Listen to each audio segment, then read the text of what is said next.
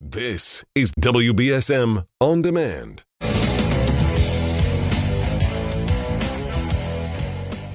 Good morning. Good morning. So we'll have a great show today.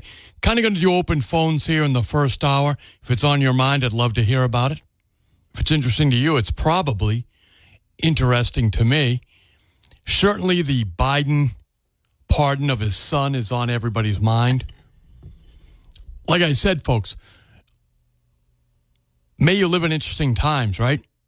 Because we have never been in this moment in history. We have wars. Unfortunately, we've had presidents assassinated, right? We've had bad acting family members of presidents, right? I mean, we've had a lot of things. Wars come and go, unfortunately. Like I said, there are political scandals. We have them locally. We certainly have them on the national level. But we've never seen a president pardon an adult child for acts of that adult child on a global scale, right? If you think about what President Biden did for his son, I mean, you even have CNN doing real work on this story, bringing on Democrats and playing back their own quotes when they were criticizing Donald Trump and when they were assuring the public that President Biden would not pardon his own kid. When you think about the global scale of the crimes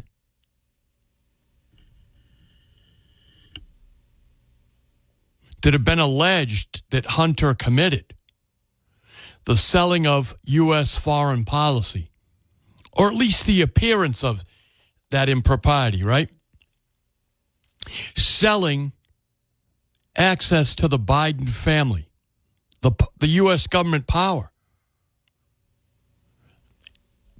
And you look at the actions of Vice President Biden while he was the vice president to President Obama, and the fact that this pardon stretches back to when he was the vice president. It's a very specific date, 2014. As I said yesterday, why not back to Hunter's 18th birthday, right?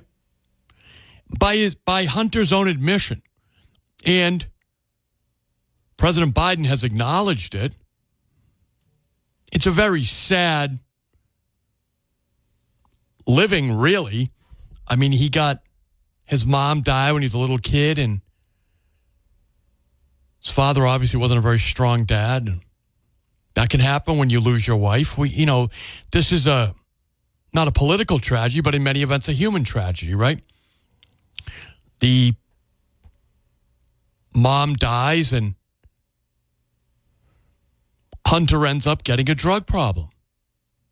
That's a modern story, but not unique to the Biden family.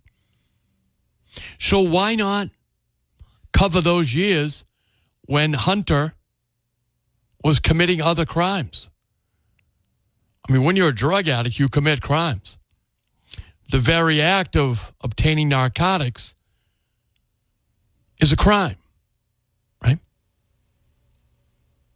Why did Joe Biden, or whoever really wrote that pardon, decide that 2014 was the start date of the pardon and bring it all the way forward to the present, to last Sunday. What exactly were they looking to camouflage? Right? Because we know the gun and the tax charges that Biden wants you to concentrate on, those are merely camouflage. Those are camouflage for the real issues that he pardoned his son for. Don't get me wrong. He didn't want his kid to go to jail.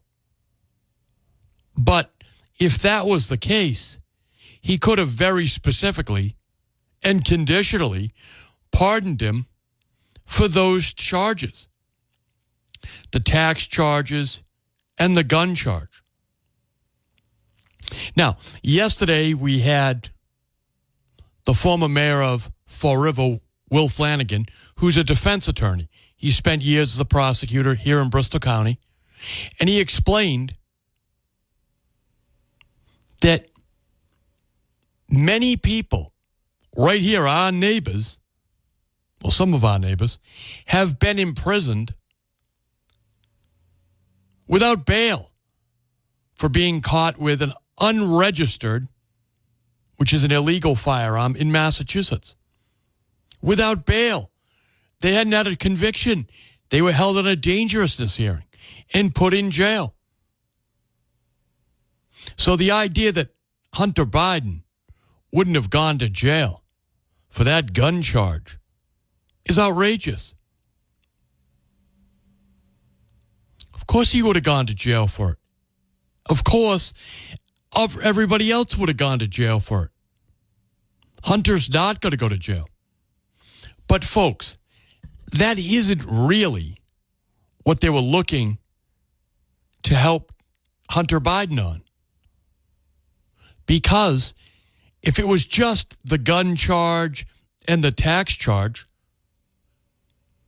President Biden could have constructed a pardon that would have covered that. He certainly has done that with other pardons. You know, when the pardon broke on Sunday night after Thanksgiving, I looked up the other pardons that Biden has done, President Biden has done. He's done 11. Up till Hunter, he had done 11. So I guess Hunter makes 12. All of them had conditions. They were for specific acts, and the people were in jail in most cases. There were a couple cases where they were not. They hadn't yet been sentenced because it says not applicable. There were a couple trading with the enemies, which is beautiful, right? He gave a break to people who had been trading illegally with Iran. They had avoided the export controls on certain items and sold them to Iran illegally. And he took care of the sentences for them, the charges. But he only had a few pardons, really. And all of them had conditions. You know, one of the conditions that President Biden, if you read his history of pardoning, it's only 11.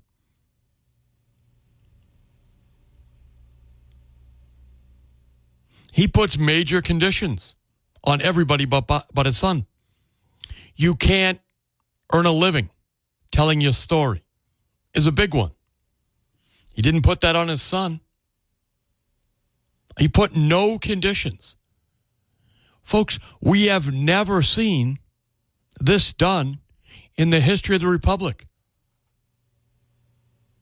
And remember, they impeached Donald Trump. Our representatives, to a person here in Massachusetts, voted to impeach Donald Trump.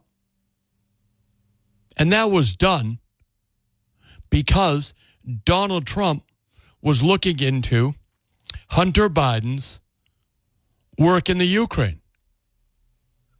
And his father has now pardoned him for any of the work, any of the crimes that may have been committed in the years that he was doing work. He didn't do any work, really, in the Ukraine. But what crimes could he have committed in the Ukraine that would have been covered by U.S. laws? Think about that for a second. What crimes could Hunter Biden have committed against the United States government while he was in the Ukraine? You're not covered by American law when you're in the Ukraine. Oh, but wait, you are. If you're a U.S. citizen, you're not allowed to bribe anybody. That is a feature of American law, that our citizens cannot go abroad and bribe people. I know that because a relative of mine one time was competing for a foreign gambling license in a totally different country. And he explained to me that we were at he was at a deficit, right? As bright as he was, as well capitalized as he was, because the Chinese can bribe, but Americans cannot. And so I said, well, so you're not going to get that gambling license, right? He wanted to open a casino in a foreign country, and he said to me that when it comes to competing in foreign countries, he's also a lawyer, so he knew this, and a very ethical guy. He said, there's nothing we can do to compete with the Chinese because they'll bribe foreign officials right up front. And that's a violation of U.S. law. So is that what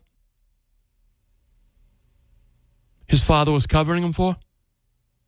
Or was it violations of the FAR Act, the Foreign Agent Registration Act? Is that what he was covering for? I mean, it's just amazing. 508-996-04. We'll take a break. I'm Chris McCarthy. We'll be right back. Folks, if you're tired of looking at that crack in your windshield, let me just remind you, it's getting colder out, a lot colder, and that is an unsafe way to have an automobile, right? You, your family members, they're not safe with a crack in the windshield. And it's really easy to fix it. I want you to call my friends at Citywide Glass in Fall River or Dartmouth, or you can reach them right on the internet at citywideglass.net. Reach out. They take all insurance, so it won't cost you anything to get that windshield repaired. Best of all, they'll come to your home or work with their mobile team. Citywide Glass will come right to your house or your work. They'll fix that windshield. They'll bill your insurance company. It won't cost you a thing. So it's really time, as it's getting colder now, to fix that crack in your windshield. They'll also fix truck sliders, sunroofs, and more. Mirrors, door windows, anything on your car that's glass, right? They'll fix. So reach out to Citywide Glass in Fall River or Dartmouth. Call either locations, make an appointment for their mobile team, or you can go right to the internet, citywideglass.net. It's in your safety interest. Plus, your car looks like garbage with a crack in the windshield, let's face it, right? Let's go right to the phones. Good morning. Thanks for holding. Hi, Chris. How are you? I'm doing well. How are you? All right. I just wanted to. How many people did you say Biden has pardoned so far? Looks to me like 11. Now 12, but 12 people. You know that Trump had 144 I'm sorry? people? Trump, he pardoned 144 people. Yeah, that sounds about right. That's insanity. How many was he related to? Oh, well. But since you have the list, right? How many did George Bush do? How many did Obama do? I don't know. It was way more than Trump. Yeah, but some of them, the people that Trump did, they were pretty slimy, too. Oh, Flynn. Flynn was one. You think the general was slimy? How dare you? Yeah. Oh, goddamn country do you live in? You think a general is a slime ball? You scumbag. You think a American general is a slime ball? That man was a decorated war hero. You slime ball. How dare you say that? How dare you say that? That man put his life on the line for this country, General Flynn. How dare you? How dare you? Seriously, how dare you? He knows exactly how many Trump pardoned, but doesn't know how many convicted drug dealers Obama pardoned, right? How many felons with guns did Obama pardon, right? That man picks out a U.S. general, calls him slimeball. Drop dead, sir. Drop dead. My audience, I don't want you in my audience. You cast a shadow over my entire audience. You make my sponsor's stomach turn. How dare you call a U.S. general, a decorated member of the military establishment, a man who put his life on the line, General Flynn, who, by the way, is from Rhode Island. You call him a slime ball? Good Lord.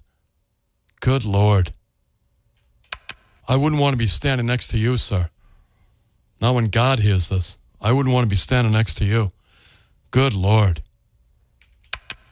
By the way, people who need a pardon have obviously been in trouble, right? They've obviously been convicted. I mean, you're not going to go through somebody's list of pardons and find people who never did anything wrong. But to refer to a decorated veteran as a slimeball, you, sir, you couldn't carry his jockstrap. And if you did, you'd probably carry it in your mouth. All right, let's go back to the phones. I'm sorry for my outburst, but when I hear anti-American garbage like that coming out of somebody who likely shares my zip code, it makes me sick to my stomach. Good morning. Thanks for holding. Thank you for doing that, brother. Thank you. Hey, listen, what's happening? Nothing much. I was just going to shout out the Blue Devils again. That's all. Number 25 is my grandson. Number 25. Now, did your grandson get hurt? Yeah, maybe last year I think he hurt his knee. Okay. But he's bounced back from it. But he hurt his knee on the last game, too. But it wasn't that bad. He's running around now and everything. All right, so good. Because I was listening to it. I heard about it. But he's back, and he'll be in good shape for the Super Bowl. Yes. Yep. Let's hope they bring another one home. Let's hope so. I absolutely hope. I hope they do. And listen. They're winners no matter what. But let's hope they really are winners. Oh yes, right? yes, they all are. Yeah, all the players are. All right, thank you. Thank you, my friend. Shout out to the Blue Devils, right? Shout out to the Blue Devils. Good morning. Thanks for holding. That part about the jock strap in the mouth, now I got to get my mind's eye gouged out. That was pretty funny. Oh, that was great. Their derangement syndrome is truly shining through at best, and that was a classic. There's something that Barack Obama had a known terrorist as his guest in the White House on two different occasions. It was part of the underground weathermen. I can't remember his name. Bill Ayers. It's actually where Barack Obama had his first fundraiser, was in the home of Bill Ayers and Bernadine Dorn. both Weather Underground terrorists who are still suspects in the bombing that killed a police officer in San Francisco. Didn't they also get a bomb somehow to the Pentagon too? They bombed the Pentagon. They actually bombed Byrd's office, who was the minority leader of the Democrats in the Senate, Robert Byrd of West Virginia. They bombed his office. Wow. And then he also, a bomb went off in his house that killed his wife at the time too, I believe, or girlfriend, I'm not sure. That's quite the guy you want to have hanging around. Actually, that was a bomb in Greenwich Village that went off, and one of the people that was in that house, the bomb factory in Greenwich Village, was a woman by the name of Kathy Boudin. Kathy Boudin's father was a lawyer for the Communist Party, a lawyer for Fidel Castro, and Kathy Boudin was here in New England at one point when she was part of the Weather Underground, met with people who are very prominent in this community. It's a matter of public record. She met with Dan Gilbarg. His ex-wife tells the story. So many terrorists, and I'll give you one more. Barack Obama pardoned the bomber who blew up the France Tavern in New York City and killed the father of a guest who's been on this program, who wrote all about it growing up without a dad because he was killed by the terrorist, the Puerto Rican separatist, inspired by Cuba. Lopez is his name, and Barack Obama let him out of jail. I hope the guy 2 calls ago is still listening. You know, he's out reading. He's out reading either Das Kapital or Mein Kampf. Right, that's what he's doing. The audio version. Chris, I love having you on. You're the best. Keep Thank you, my friend. Man. Thank you, my friend. Yeah, listen. We've never been in a time like this, right? Where the president of the United States, who's still the president, he lost, his team lost, but Trump won't take power till January. So the president of the United States, who was deemed too mentally incompetent to be charged by his own Justice Department, right, for the classified documents,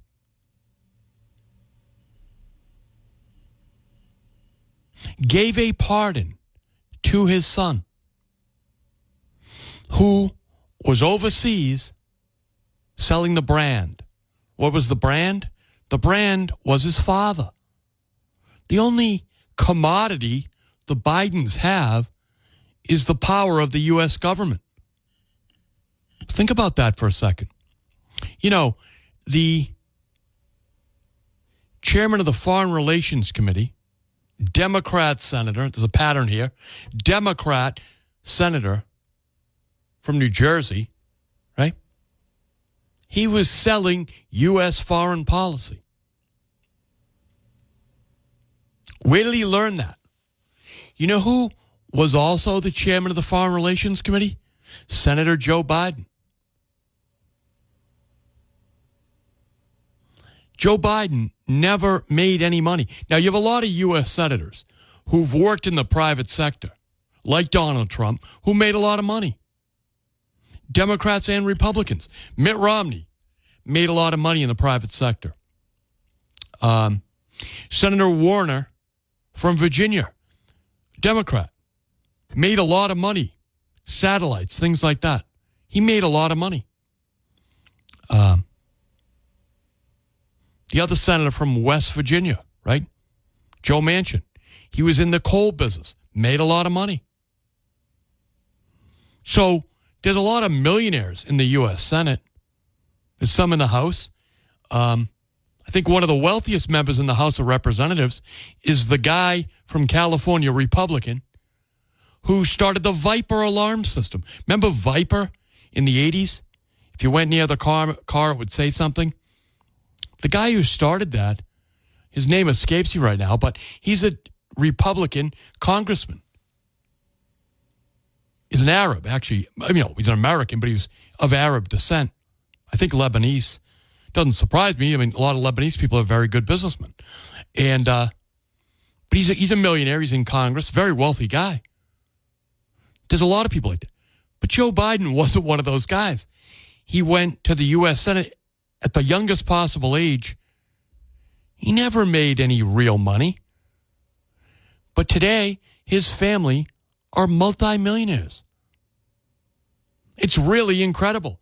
And the only thing they had to sell was access to the U.S. government.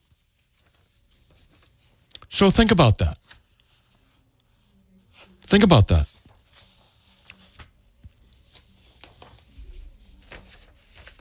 And none of the people his son was doing business with were people that were automatic allies of ours.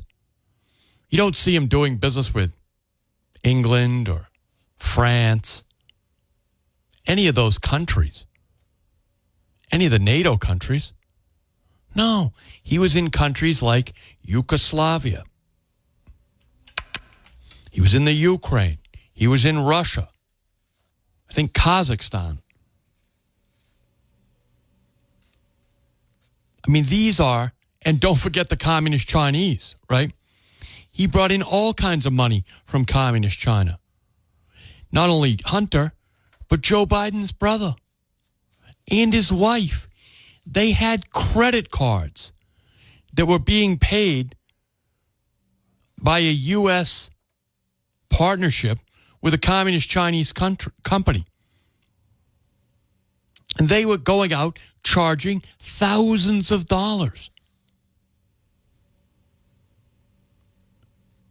Why?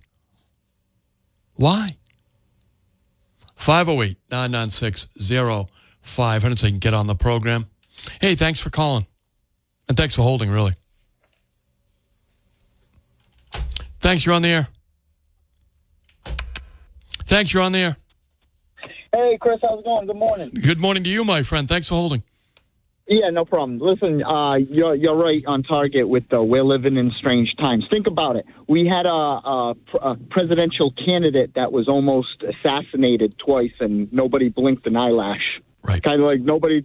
It's like one of the biggest things that can possibly happen, and it's like just another day. You know what I mean?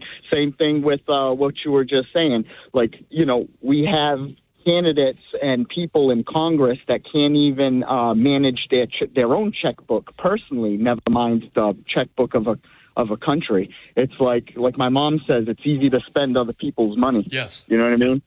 So, yeah, we do live in strange times. But regarding the President Biden, I have a different outlook, man. You know, I have a little bit of respect for what he did. He kind of basically is sitting down for his kid. He's taking one for the team, and, like, you know, he's not allowing he's looking out for his kid. And, you know, I have to say that I respect him a little bit for that, because even though it wasn't the right thing, you know, he's looking after his kid, and I can appreciate that. Look, how do I put it? I agree with you while disagreeing with you. In other words, he used powers that the taxpayers, the citizens of America have lent him, right, as a chief executive to cover up for crimes against the people who elected him. For his kid. Yeah. I mean, there are a lot of guys in jail for taxes that never would have got the break. So the idea that he's being punished because his name's Biden is ridiculous. No. Come on. Listen, we know that's not the case. Like, right. You know, I think I actually told you. And just look at the interviews when he's like, are you going to pardon your son? No. That's all he says. No. Right. You know what I mean? So we all knew, like, if anybody thought he wasn't going to pardon his son, they were dead wrong. Because personally, I thought, come on, of course he's going to pardon his son. You know what I mean? Yes. I just can respect the putting his, what legacy, but putting himself on the line for his kid. I can respect that. But did he do the right thing? Of course he didn't. It's just one of those things, but. You know, it's kind of like Elizabeth Warren, came in as a multimillionaire and just grew her wealth. Like them all.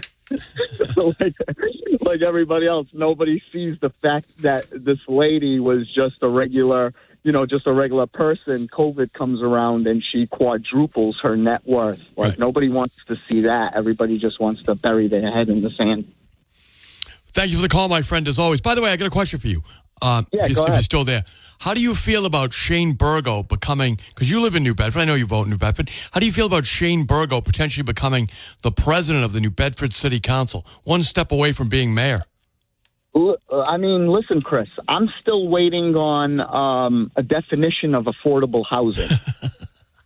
I'll get back to you once I get a definition of what they mean by affordable housing. Like, what does that look like? Does it look like, do they consider Section 8 and what they pay affordable housing?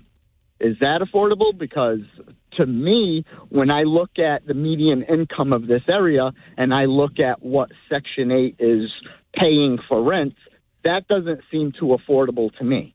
So once he gets back to us with that definition, I'll have an answer for you. All right, my friend, don't be a stranger. I want to hear from you. 508-996-0 so I can get on the program. I'm Chris McCarthy. Let's go back to the phones. Good morning. Thanks for holding. Yeah, Chris, when I called you, I didn't call the guy no scumbag or scum anything like that. You just asked me about the people. You're the one that said I said he was a scumbag. I didn't call him no names. Don't put words in my mouth. What did you call him then? Well, you said he was a slime ball. No, I did not. You said that. Go back on the tape and listen. I never called him a slime ball. What did you think? What's your opinion of General Flynn then? I think he did his job and whatever. Well, why do you criticize the pardon? Why was he in trouble anyway? Why did you criticize the pardon then? Well, did you criticize the pardon? I just picked the name out. Why? Why? I was going by the numbers. Come on, stop lying. You called back to lie. You called back to lie. Sir, I know what you said. You picked out General Flynn to criticize Donald Trump. You criticize an American veteran, a decorated war hero. How dare you? And then you waste my time by calling back to plead your case without me. I mean, you're just so ridiculous. Really, really ridiculous. And you're not invited to my Christmas party.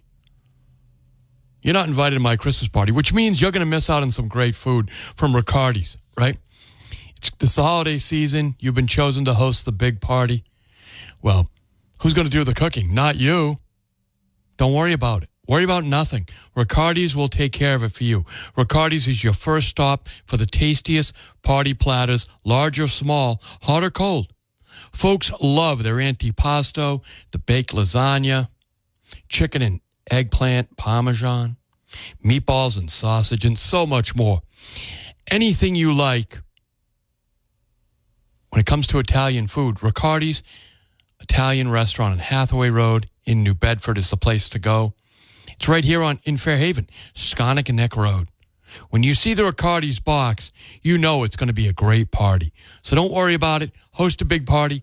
Let Riccardi's do the cooking. Reach out to Riccardi's in New Bedford or Riccardi's here in Fairhaven. We'll take a break. We'll be right back. Out of this, right? Send lawyers, guns, and money. Or just a pardon. Just a pardon. All I need is a pardon, Dad. Just sign the pardon. So, folks, if Joe Biden is as feeble-minded as we know he is, I mean, the Justice Department hid the deposition. They gave the transcript, but you know how that goes. But the audio recording, the House demanded it. The audio recording of his deposition, or his interview rather, with the Justice Department has been hidden away. Right? But it is based on that. They said he was non-compos mentis, right? He was a feeble-minded old man who cannot be charged or not stand trial. So the Justice Department decided not to pursue charges for the classified material. The same charges they raided President Donald Trump's house for, right? They raided his house. Went through his wife's drawers, his kid's bedroom, right? Biden gets a pass. And he's too feeble-minded to run for president. We all saw him in that debate. But he's still able to grant the pardon to his son, who, by the way, is going to be called in front of Congress because his father, as I talked about yesterday, by granting the immunity for all past crimes, right? He could have, any crime he committed between 2014 and last Sunday in Nantucket, he gets a free pass, right? But any crimes going forward, like not honoring a subpoena to testify in front of Congress, he's got to face the consequences of that. So if they call him in front of Congress, and they're going to, with the U.S. Senate subpoenas Hunter Biden to ask about his father's involvement with his companies and the sale of foreign policy, he's got to show up. Because for the next 4 years, Donald Trump will be in charge of the Justice Department. And when members of the Trump administration and some of his political supporters wrongfully didn't honor a congressional subpoena, they properly were imprisoned. And that is what's going to happen to sweet little Hunter. My opinion, he's going to be hit with subpoenas because he doesn't have Fifth Amendment privileges for any questions relating to criminal activity or any activity from 2014 through till last Sunday on Nantucket. His father stripped the U.S. government of the ability to prosecute him for any crimes. So therefore, he can't plead the Fifth Amendment. He can't incriminate himself. He's not responsible for any of his crimes. But that doesn't mean he's not responsible to answer a subpoena for any from the U.S. government if they want to ask him about his knowledge of crimes that have been committed by parties known and unknown to the grand jury and to the U.S. Congress. So you see how it's really is a good deal and a bad deal for Hunter. He can't say, I'm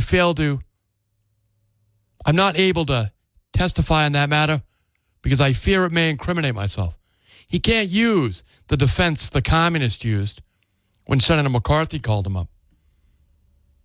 But when Senator Lee, who looks quite a bit like McCarthy actually, when Senator Lee calls him up, he's got to answer those questions. Or off to the hoosegow you shall go, right? Take a break. We'll be right back. And look, I love the Thanksgiving season. I watched a bunch of movies because you have some time off and you're going to watch movies, right? Planes, Trains, and Automobiles. Planes, Trains, and Automobiles. Still a whole funny movie. It's got to be 30 years old, right? Came on the 80s. I was talking with a travel agent friend of mine, Mark Joquin. He has a million travel stories. People who mess up, right? Because they don't use a travel agent, right? A lot of people today don't use travel agents, so we were joking about that. Mark does a great job when he books travel. He's over at My Travel Agency. It's his family's agency. My Travel Agency in South Dartmouth, Russell's Mills Road. Mark Joquin. But we're talking, you ever seen Planes, Trains, and Automobiles? If they had a travel agent, none of that would have happened, right? So a lot of people don't use travel agents, which is crazy. Mark was telling me about people who didn't use them, but he knows them, right? And they're calling him from an airport like, Chicago or L.A., whatever. They can't get home. Nobody was going to help him, right? He says, listen, I'd love to help you. Next time, I'll book your trip for you. And that way you can call me. I didn't book this trip. I don't know what to do for you. I remember Charlie Young. He's passed away now, older guy, wealthy guy. But he used to tell me he never books trips without using a travel agent, because what do you do when you're in another country or you're on a cruise ship and something goes wrong? There's nobody there. The people who did you wrong are not going to try to help you. They might try to help you. They're not going to explain what really happened, right? So Charlie always tell me, I never travel without a travel agent. And I know my friend Mark Joquin over at my travel agency in Dartmouth, he was telling me all kinds of stories, just based off the movie Planes, Trains, and Automobiles, which I watched again over the weekend. I've seen it, probably see it every year at Thanksgiving. And don't travel with a travel agent. I use Mark Joquin. But anyway, it's just a funny movie. But it's funny because you're not really living it, right? If you were really living it, it wouldn't be that funny. 508-996, but I got a bunch of people on hold here. Good morning. Thanks for holding. Yeah, good morning. What's happening? Since you're talking about Hunter, yeah. After this administration is coming to an end, and I'm being a conservative thinker and independent voter, but been voting, Republican. This administration could be, as far as I know, the most corrupt in the last 30 years. I mean, between Without COVID, what they've done in public schools, the covert operations against the Catholic and Korea schools, the PTA infiltration by the FBI or CIA, whoever that is. The list can just go on and on and on. And how these people can say Trump's going to take away democracy, are they that blind to their own actions? I don't know. It's dumbfounding to me how I would be scared either way. And I don't know if these people aren't elected officials. I don't know if Trump can get in there and remove some of these people. But I'll let you speak because I'd like to hear what you got to say about it.